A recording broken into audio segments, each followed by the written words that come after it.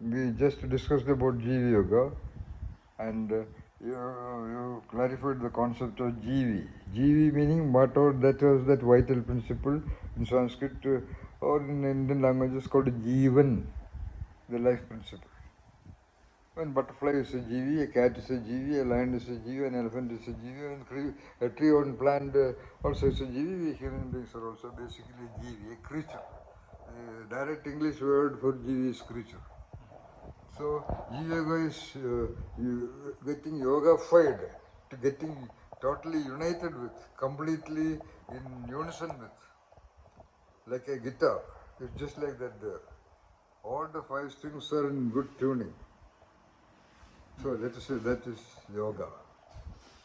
Generally that guitar is a guitar, or a violin is a violin. Otherwise it is just an instrument. It will make sounds, that's all, meaningless sounds. So why Jeevi-Yoga is important? Why actually every yoga, whatever be the means, bhakti or kundalini or whatever so-called variants of methods of getting unified or united with the operating principle, what actually happens is what Patanjali said, or what we now say, Jeevi-Yoga only.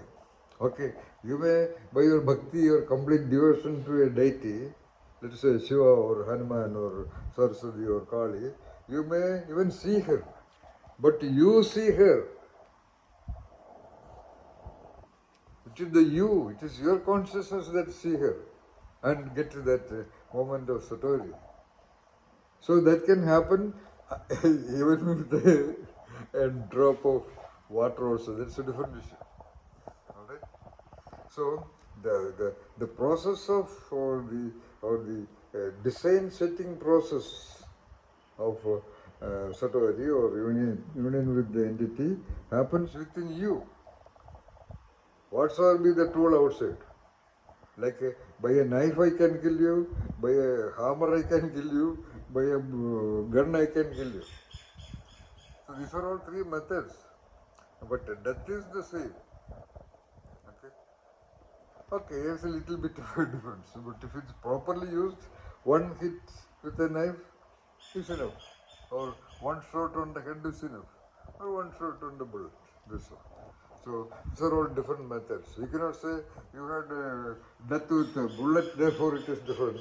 And death with a knife, therefore it is different and all that. So when you talk about the death of enlightenment, which is also a kind of death, because when your operating consciousness gets united with the greater dimension of the totality of consciousness, you practically become like a servant of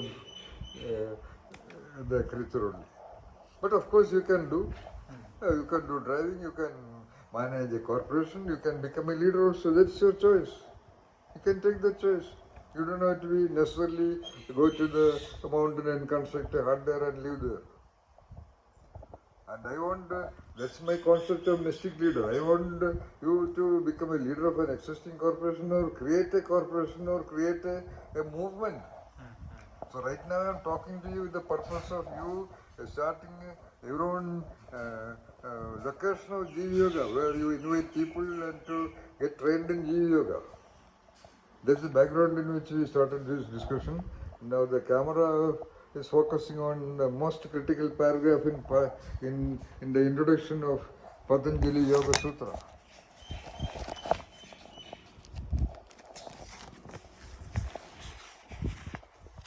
The Yoga Sutras of Patanjali. It is about effortless being. Okay? English translation by one of the genius called Alistair Shearer. Okay? So, it says, you see, the whole, WHOL, the whole thrust of evolution, process, is to create increasingly complex systems which are capable of reflecting an ever greater degree of consciousness. That is the very purpose of existence. So, from earthworm to amoeba to lion to bird to cat to chimpanzee to dolphin to human being. Okay? Science has realized that that word is not visible. It's a very old copy, original copy. Science has realized that humans are more intelligent than animals because of our neural organization is more evolved, which we discussed the other day. Neural meaning N-E-U-R-A-L, the brain and the spinal cord and the nerves and the autonomic nervous system, etc., etc., etc. As a result, we have more consciousness at our disposal. Yoga goes further. It says that the critical point of Jeevi-Yoga. Yoga says that, rather Patanjali says that, the human nervous system is the crowning glory of evolution.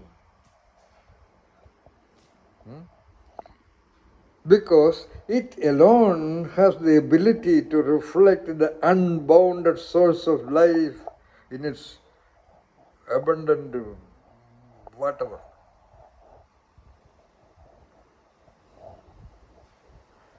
But there is a sentence at the end of the paragraph. Therefore, man is made in the image of God. That concept of God should not have been there. That should be very misleading. In the sense that will allow a lot of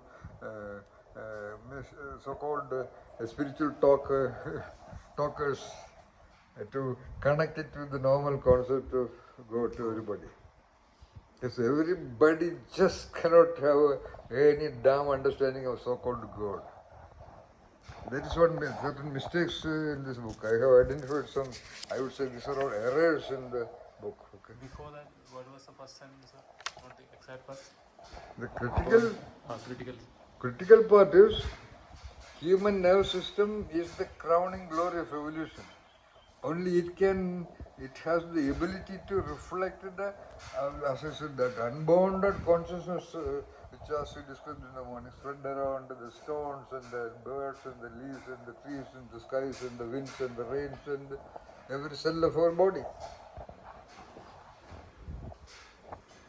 So our Saraswastam gold, not our, of course, it is suggested by Sister Charaga and Dhanvantari, made by so many Ayurvedic companies in India, like Kottakkal and Nagarjuna and Vaiskara and a number of other companies. All those companies would make it as a kind of a minimum offering, because Saraswati is the deity for wisdom and understanding.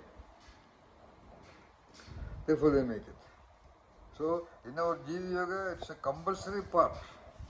That's an agreement. Otherwise, no training. Even if they give 5 lakh rupees for our Genius Yoga session, no way. It's a compulsory part.